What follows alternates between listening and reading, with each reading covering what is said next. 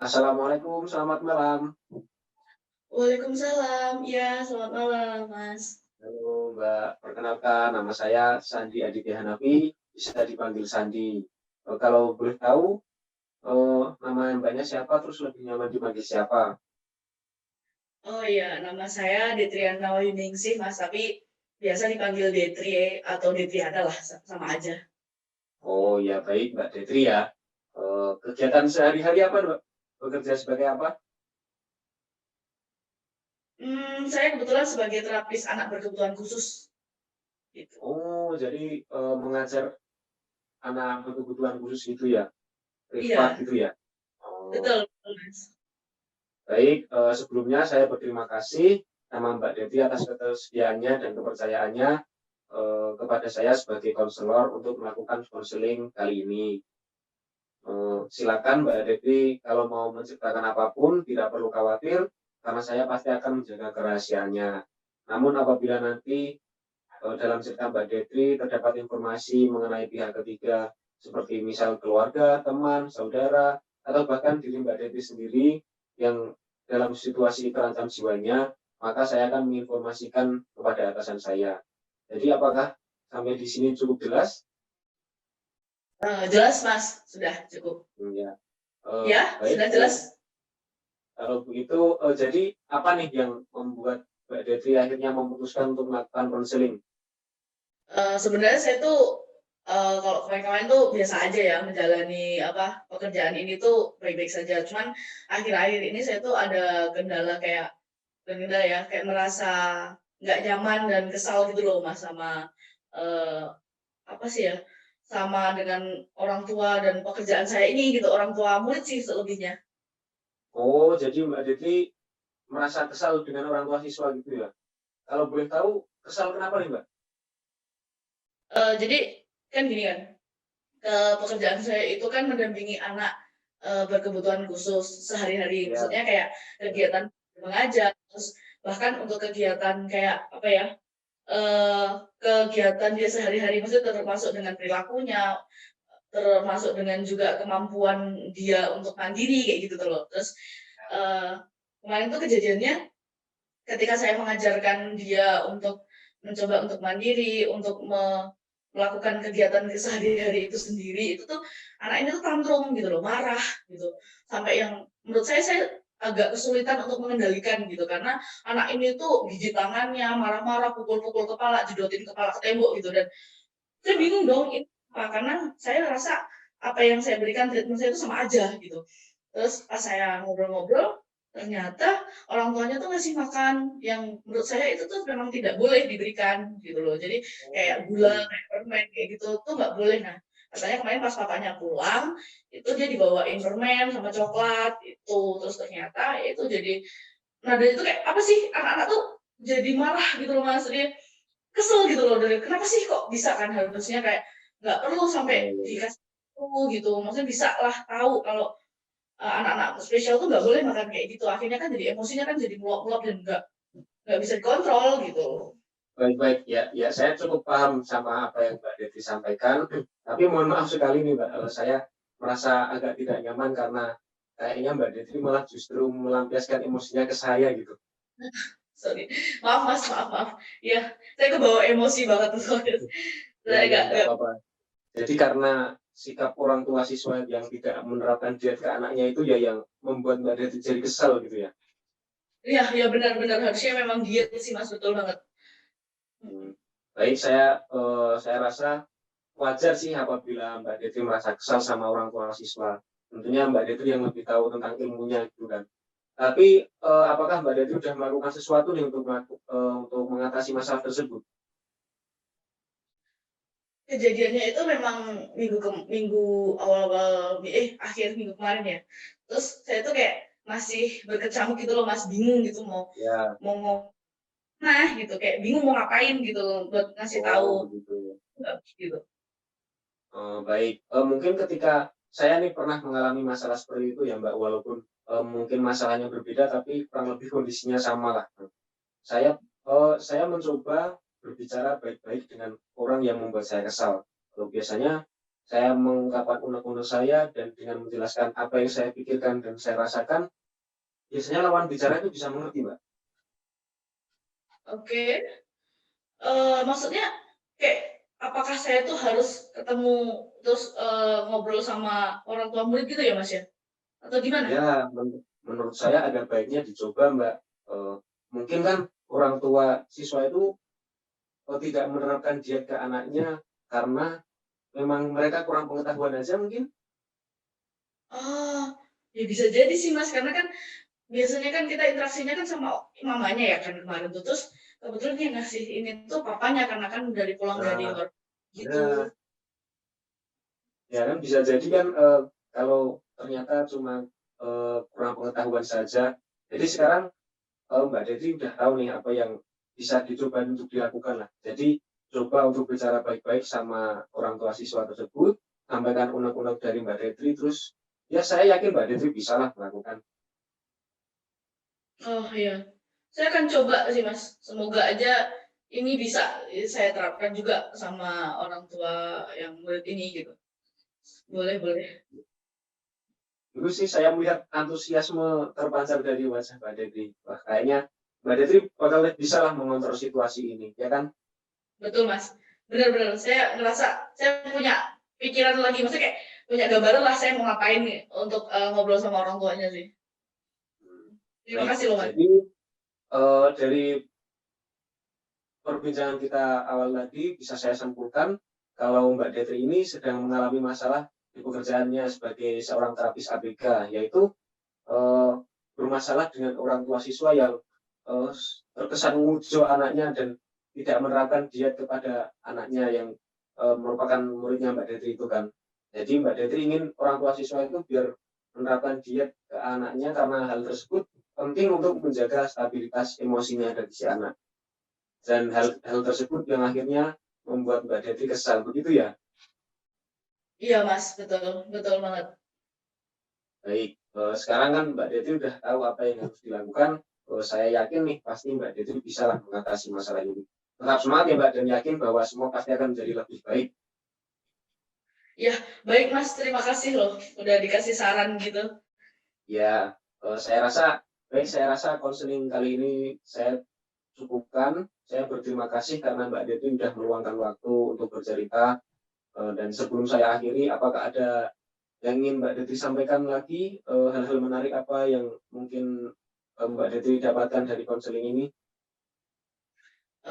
Tentunya saya ucapin makasih banget ya Mas, karena dari obrolan kita malam ini tuh kayak saya punya pandangan baru bahwa kayak nggak semua orang bisa seperti yang kita harapkan gitu loh. Jadi ah, punya inilah ide lagi lah buat ngobrol lebih baik atau lebih dekat sama orang tua. Makasih loh. Ya, oke, baik. Sama-sama Mbak, terima kasih juga. Tetap semangat dan saya akhiri konseling kali ini ya. Selamat malam, Assalamualaikum. Selamat malam Mas, Waalaikumsalam, terima kasih. Oke, baik. Halo, selamat malam Mas. Selamat malam Mbak. Oke, maaf ya malam-malam ini jamnya malam banget. Boleh saya tahu ini dengan Mas siapa? Saya Sandi Aditya Hanafi Mbak. Biasanya dipanggil kalau nggak Sandi ya Adit, nggak apa-apa. Oke, baik. Saya belum kenalin diri ya malahan ya. Oke, nama saya Detri Nawayuningsih, tapi Sandi bisa manggil saya Detri atau Detriana gitu. Oke Mbak Detri. Kalau boleh tahu, kalau boleh tahu Mas Sandi sibuk apa nih sekarang nih? Ya sehari-hari bekerja sih Sibukannya Mbak. apa? Kesibukannya ya bekerja. Oh gitu. Bekerja di mana nih Mas Sandi nih? Saya ini bekerja di kepolisian Mbak di Polres Gunung Kidul. Oh, oke. Wah, ini aduh ya, idaman para wanita ya ini ya, Mas Andi ini. Ah, nggak juga Mbak. Oke, baik. Sebelumnya saya ucapkan terima kasih sekali karena Mas Andi sudah bersedia meluangkan waktunya malam hari ini. Pada malam hari ini saya sebagai konselor akan melakukan konseling ya Mas. Mungkin selama proses konseling, Mas Andi boleh menceritakan apapun yang dirasa apa ya pengen dikeluarkan gitu tanpa merasa khawatir, karena saya akan menjaga kerahasiaan Mas Andi. Namun apabila nanti dalam cerita Mas Andi itu terdapat informasi mengenai pihak ketiga, seperti keluarga, teman, termasuk juga Mas Andi sendiri, dan dalam keadaan atau dalam situasi terancam jiwanya, maka hal ini akan saya sampaikan dan informasikan kepada atasan saya. Apakah Mas Andi mengerti apa yang saya sampaikan? Ya, baik, paham, Mbak. Oke, baik. Gimana nih? Udah jadi polisi, ganteng, masih ada masalah? Ya, Gimana, beginilah, Mas? Mbak. Jadi ya saya tuh kan sebenarnya udah beberapa tahun lah bekerja. Nah, kebetulan akhir-akhir itu ada pindahan lah anak-anak yang masih baru junior, baru baru banget lah jadi polisi gitu. Nah, terus masuk ada perombakan regu gitulah. Nah, jadi terus di regu saya ada anak-anak baru ini yang tentunya masih pengalamannya masih belum terlalu banyak itu. Nah, terus kemarin sempat kejadian beberapa kali sih, nggak cuma sekali. Waktu tugas di lapangan itu Mhm. kayak saya ngerasa regu saya yang sekarang ini yang isinya banyak anak-anak baru ini kok kayak kerjanya nggak maksimal gitu. Saya sendiri jadi kerja juga nggak maksimal. Eh, Terus orang-orang di regu saya ini kok kayak belum solid gitu loh, Mbak. Nah, jadi saya kayak merasa mereka itu masih belum terlalu serius, masih mengabaikan SOP gitu. Nah, jadi saya juga akhirnya cuma mengerjakan pekerjaan saya seadanya aja. Soalnya ya mereka, saya juga merasa mereka punya tanggung jawab itu loh, Mbak. Jujur saya kesel sih. Kok Oke. bisa kok mereka tuh nggak paham-paham gitu loh. Padahal udah beberapa kali kan, udah harusnya mereka kalau udah kesini tuh udah paham gitu loh apa yang harus dikerjakan. Mereka udah bukan, udah nggak masanya pendidikan lagi, harusnya udah dinas itu udah tahu apa yang harus dilakukan mereka. Kok malah masih kayak gitu loh, masih masih ke bawah mentalnya, masih belum belum masuk lah, Mbak. Oke, baik. Jadi saya mengerti apa yang Mas Andi sampaikan, tapi sabar nih, baru awalan loh ini. Kayaknya Mas Andi kok malah jadi marahnya ke saya kayak rasanya nih. Iya, iya. Maaf, maaf, Mbak. Kelepasan ini jadinya, Mas maaf Andi ya. boleh minum dulu tuh. Iya, iya. Oke, jadi kita lanjutin ya. Kalau dari sini kayak, jadi Mas Andi nih punya regu baru, punya satu tim baru dalam pekerjaan Mas Andi, dan merasa nggak nyaman, kurang nyaman gitu ya dengan Iya, teman-teman baru ini karena iya. mereka ternyata bisa disiplin atau tidak sesuai SOP yang ada gitu. Betul itu kan, Mas? Iya, Mbak, betul. Lalu apa sih nih kira-kira yang Mas Andi upayakan atau untuk mengatasi masalah ini gitu? Kira-kira ada nggak? Saya masih bingung sih, Mbak, harus bersikap gimana. Sebenarnya ya, kalau dalam ilmu psikologi, Mas Andi ini dalam kondisi atau yang biasa disebut dengan social loving ya. Sebenarnya karena harusnya Mas Andi dalam regu atau tim ini tuh bisa maksimal karena Ya, bisa bekerja dengan maksimal. Namun karena Mas Andi merasa kecewa, merasa kayak ya udahlah, ngapain sih terlalu ngoyo banget, terlalu gitu banget. Toh juga mereka juga bertanggung jawab di situ. Nyatanya juga mereka nggak bisa juga bekerja dalam tim kayak gitu. Sebenarnya seperti itu. iya, iya. Nggak apa-apa. Nggak apa-apa karena yang namanya setiap orang untuk bertemu dengan orang baru kan butuh adaptasi ya Mas Andi ya. Betul, Mbak, iya. Terus tapi Mas Andi pernah nggak sih kira-kira kayak oke aku bisa nih, aku emang nggak nyaman nih sama orang ini, tapi kira-kira kalau aku obrolin gitu sama orang ini atau tim ini yang baru ini bisa nggak ya gitu? Maksudnya secara terbuka bikin nongkrong bareng terus ngobrol santai, tapi di situ tuh Mas Andi coba untuk menjelaskan apa yang unek-unek Mas Andi rasakan, semua yang bikin Mas Andi nggak nyaman gitu, pernah nggak? Belum sih, Mbak. Apa saya perlu membangun komunikasi gitu ya, ngobrol dan bicara gitu ya sama mereka ya? Oh, ada baiknya sih, Mas, karena mungkin mereka belum paham sih, Mas, kayak yang Mas Andi sampaikan tadi, bahwa mereka itu baru, otomatis kan berbeda habit-nya, berbeda kayak gitu. Ya. Kita nggak ada salahnya gitu. Tapi saya agak bingung sih, Mbak, gimana ya cara bilangnya sama mereka ya?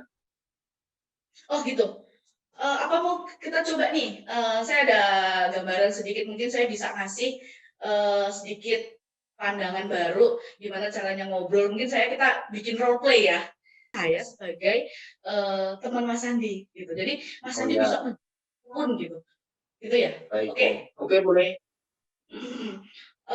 Halo Bang, tumben nih kok ngajakin ketemu, ada apa?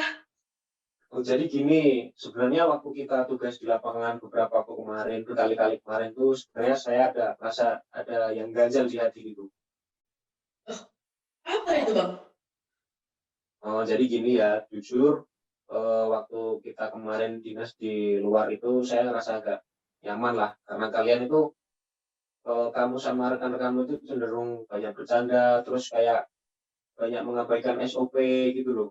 Jadi ya memang kita tuh lagi tugas di luar kantor, tapi ya kita kan juga kerja untuk masyarakat gitu loh. Jadi dimanapun kita berada, ya harusnya kita tuh bisa memberi kenyamanan untuk masyarakat umum. Oh, oke oke, baik Bang.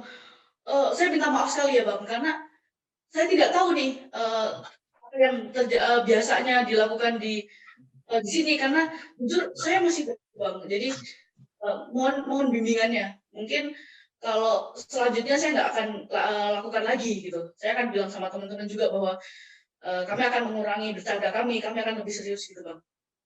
Ya nggak apa-apa. Semoga kedepannya kita makin solid terus bisa lebih baik lah. Gitu ya, oke? Oh, baik Bang, terima kasih. Oke, gimana nih? Masuk nggak kira-kira? Ya lumayan sih Mbak, jadi lebih ada gambaran. Heeh. Oh, oke. Saya juga melihat Mas Andi bisa ngeluarin nih, bisa, ngerasa apa ya, lebih semangat menyampaikan gitu. Mungkin Mas Andi ada rasa antusias gitu loh, ketika Ya, menyampaikan bisa seluas itu gitu sama teman Mas Andi. iya sih Mbak, Oke. jadi ya mungkin mereka bisa jadi mereka karena juga masih kurang pengalaman, kurang pengetahuan juga. Oke baik. Oke, jadi kalau boleh saya simpulkan ya Mas, dari apa yang sudah, kita obrolin dari tadi, sebenarnya masalah Mas Andi ini mengalami, sedikit kendala dalam pekerjaan karena adanya tim baru, regu baru, dan otomatis beradaptasi lagi. Terus Mas Andi merasa tidak maksimal dalam bekerja, begitu ya? Iya, Nggak bikin jadi nggak nyaman, akhirnya bekerjanya asal-asalan atau istilahnya yang seharusnya bisa maksimal jadi kurang oke gitu. Lalu eh, apa? Mas Andi juga ngerasa bingung nih mau ngobrol karena kan belum terjadi keakraban, belum solid, jadi mau ngobrol mau negur juga ngerasa canggung segan gitu gitu ya Mas ya. iya, iya Mbak, betul Mbak. Namun sekarang kira-kira udah gambaran ya setelah role play tadi apa yang harus disampaikan ke teman-teman Mas Andi, sudah ada pandangan baru lah ya. Ya udah cukup. Ya udah bisa ada gambar lah Mbak. Pokoknya tetap keterbukaan ya Mas Andi. Yang penting disampaikan selama itu tidak menyinggung, selama itu demi kebaikan kan alangkah baiknya dikeluarkan. Ya, iya, Mbak. Begitu. Saya rasa sesi konseling kali ini cukup sampai di sini. Saya ucapkan terima kasih sekali lagi sama Mas Andi karena sudah meluangkan waktu walaupun malam-malam begini. Sebelum saya Iya. akhiri, kira-kira apa yang mau disampaikan Mas Andi nih? Hal-hal menarik apa selama kita konseling pada malam hari ini? Ya, yang jelas saya berterima kasih lah sama Mbak Dedi karena udah memberikan gambaran, memberikan pandangan baru ke saya yang akhirnya saya bisa tahu apa yang harus saya lakukan itu. Saya berterima kasih sekali dan untuk selebihnya nggak ada sih Mbak yang mau disampaikan. Intinya saya berterima kasih lah. Baik, saya juga berterima kasih sekali. Semoga pekerjaannya lancar dan dimudahkan ya Mas ya. Amin, amin, amin. Saya tutup. Assalamualaikum warahmatullahi wabarakatuh. Selamat malam. Selamat malam. Waalaikumsalam warahmatullahi wabarakatuh.